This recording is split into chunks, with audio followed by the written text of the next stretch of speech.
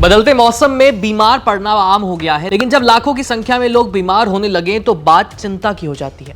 दरअसल इस वक्त दिल्ली की तकरीबन आधी जनता बुखार, खांसी और जुकाम से जूझ रही है। लोगों का ऑक्सीजन स्तर गिर रहा है, जिसके चलते आईसीयू में मरीजों की संख्या तेजी से बढ़ रही है। दरअसल इन दिनों दिल्ली एनसीआर में एक नए वायरल इन्फेक्शन के केसेस तेजी से बढ़ रहे हैं। ये वायरस कोविड-19 और स्वाइन फ्लू के जैसा ही है।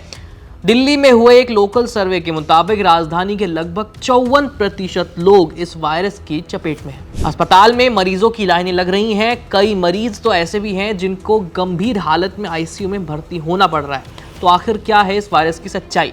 इंद्रप्रस्थ अपोलो हॉस्पिटल के senior pulmonologist doctor Nikhil Modi का कहना है कि इन दिनों ओपीडी में 30% से 40% मरीज बढ़ गए हैं। ये मरीज ऐसे हैं जिनको लंबे वक्त तक खांसी बनी हुई है, इनकी खांसी गंभीर होती जा रही है। साथ ही बुखार और जुकाम के मरीज भी तेजी से बढ़ रहे हैं। डॉक्टर निखिल मोदी ने बताया कि ये वायरस कोविड-19 नहीं है, बल्कि ये स्वाइन फ्लू का इन्फ्लुएंजा बी वेरिएंट वायरस है। दरअसल हर बार जब फ्लू रिटर्न करता है, वापस आता है, तो अपने नए वेरिएंट में शामिल होकर के आता है। साथ ही पहले से थोड़ा सा ज़्यादा खतरनाक हो चुका होता है। इस वक्त दिल्ली एनसीआर में जो वायरस फैल रहा है वो स्वाइन फ्लू का इन्फ्लुएंजा बी वेरिएंट है। इसमें मरीजों के लक्षणों की बात करें तो ज़्यादा वक्त तक खांसी, गंभीर खांसी जैसी शिकायतें शामिल हैं। इसके अलावा सांस लेने में भी लोगों को दिक्कत हो रही है। कुछ मरीजों के फेफड़ों में वैसे लक्षण भी देखने को मिल रहे हैं जो कोविड-19 के दौरान देखने को मिले थे, क्योंकि कोविड-19 में भी लोगों का ऑक्सीजन लेवल गिर रहा था।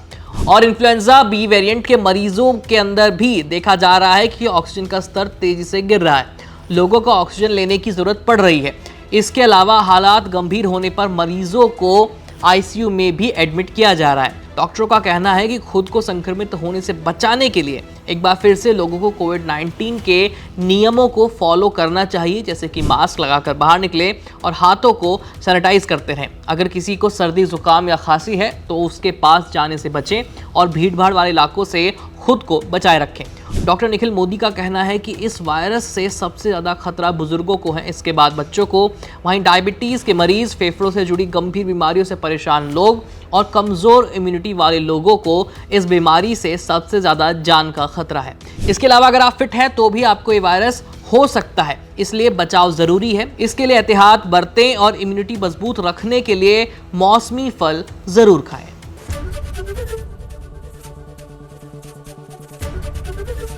एबीपी गंगा, खबर आपकी, जुबान आपकी।